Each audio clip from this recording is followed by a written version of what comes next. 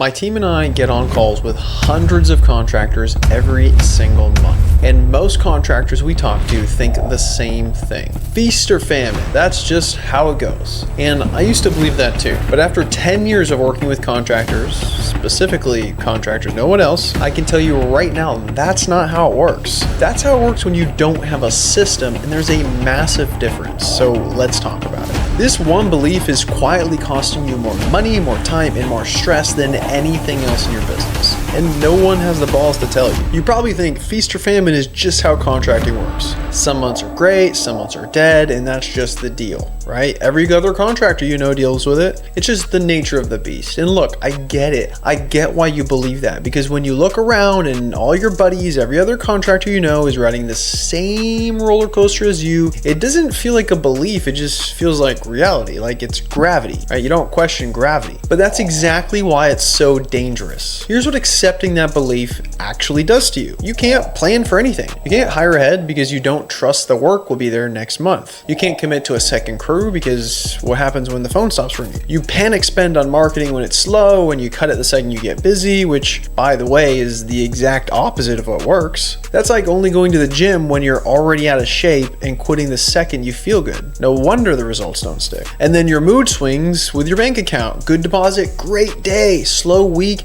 that knot in your chest is back. You check your balance more than you check your freaking email. Your wife can tell what kind of month it is by how quiet you are at dinner. And the worst part, you stopped even trying to fix it. Because when something has happened enough times, your brain stops treating it like a problem. It starts treating it like reality. And that's the most dangerous place to be. Not because you can't fix it, but because you've stopped believing it can be fixed. Let's talk about what this belief actually costs you in your life. Every slow month you ride out costs you somewhere between 20,000 and 60,000 jobs you're not running, or more. That's not lost leads, that's lost revenue from a calendar that's half empty because nothing was putting estimates on it. Added up over a year, 2 years, 5 years, that's a house, that's your kid's college, that's the retirement account you pretend you don't think about. Mentally, you never fully relax, even during a good month. There's a voice in the back of your head going, this won't last. You can't enjoy the win because you're already bracing for the crash. And that's not how business is supposed to be. That's survival mode. Your brain was never designed to live there permanently. And then stress doesn't stay in your head. It shows up in your body. The sleep you're not getting, the weight, the chest tightness you keep ignoring. You're running your business like it's a 70-hour-a-week emergency. And your body is keeping score even when you're not. You know the tension at home. Your wife doesn't say it the way she used to. She's probably not nagging, she's quiet, and that's worse. Because quiet means she stopped expecting it to change. You feel that, even if no one says it out loud. And all of that, every single piece of it, sits on top of one belief. That's just how it is. What if it's not? Feast or famine is not the cost of being a contractor. It's not the cost of owning a business. It's the cost of not having a system in place. The roller coaster doesn't come from your trade. It doesn't come from your market. It doesn't come from the economy. It doesn't come from the homeowners. It doesn't come from the leads. It comes from the fact that you're generating work the same way you did 5 years ago.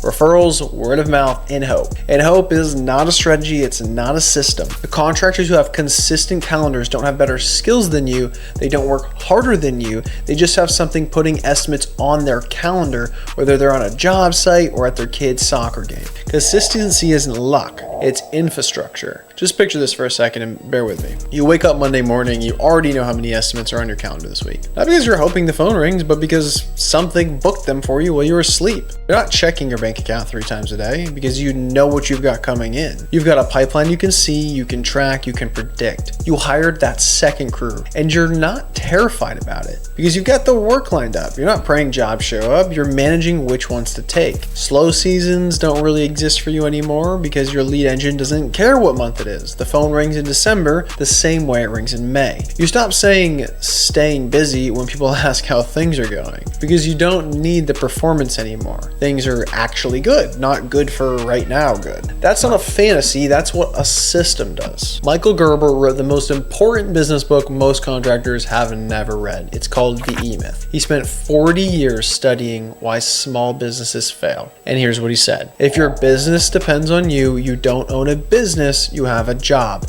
And it's the worst job in the world because you're working for a lunatic. Listen to that again. If everything runs through you, the lead, the estimates, the follow-ups, the scheduling, you didn't build a business, you built a freaking trap. And the feast or famine cycle, that's the trap doing what traps do. Think about this. You got two neighbors, same street, same size yard, same sun, same soil, same weather. First guy waters his lawn with a garden hose. When the hose starts turning brown, he drags the hose out, stands there for an hour, soaks it, then he gets busy, forgets about it. 2 weeks later, the lawn's dying again. He's back out there with the hose, frustrated, going, I just watered this thing. Second guy installs a sprinkler, sets it up once, forgets about it. His lawn does great year round. He doesn't even need to think about it. It just runs. First guy drives by and thinks, my neighbor's lawn always looks great. I don't get it. There's nothing to get. One of them built something that runs without him. The other one only shows up when things are already dying. That's your business right now. You're the guy with the garden hose. You only do marketing when things are already brown. Then you get busy and put the hose down, and then you're surprised when it just dies again. Some of you have literally installed sprinkler systems for your customers. You understand the concept already. You just haven't applied it to your own business. You know those guys at the gym in January? You see them every year. Brand new shoes, brand new plan.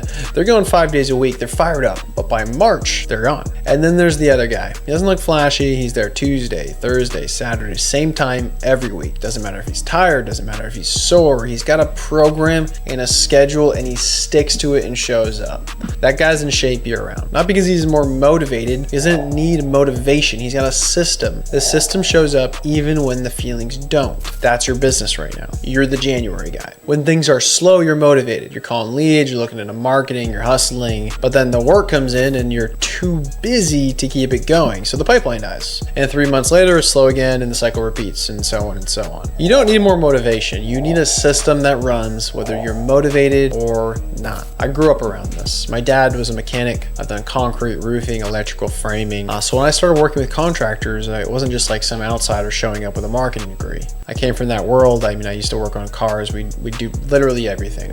Build barns, whatnot. But here's what I saw over and over for 10 years. Incredible contractors, guys whose work was better than 90% of their competition, hardest working people I've ever met, and they were broke. They're stressed, exhausted, riding the same freaking roller coaster year after year, and every single one of them said the same thing. That's just how it is. Then I started watching what happened when we built real systems around these guys. Consistent leads, appointment setters, so they're not missing calls when they're on the job site. CRM, so nothing falls through the cracks. Right? Sales coaching, so they weren't just handing over a number and hoping and praying and saying, oh, please choose me. The roller coaster stopped. Not overnight, not with some magic button, but within months, the guys with systems stopped having dead months. And the ones without, they just kept riding it and kept saying the same thing. Oh, it's just how it is. That's when I realized feast or famine is not an industry problem, it's a systems problem. And the only reason most contractors accept it is because no one ever showed them it could be different. Here's the part that's gonna bug you,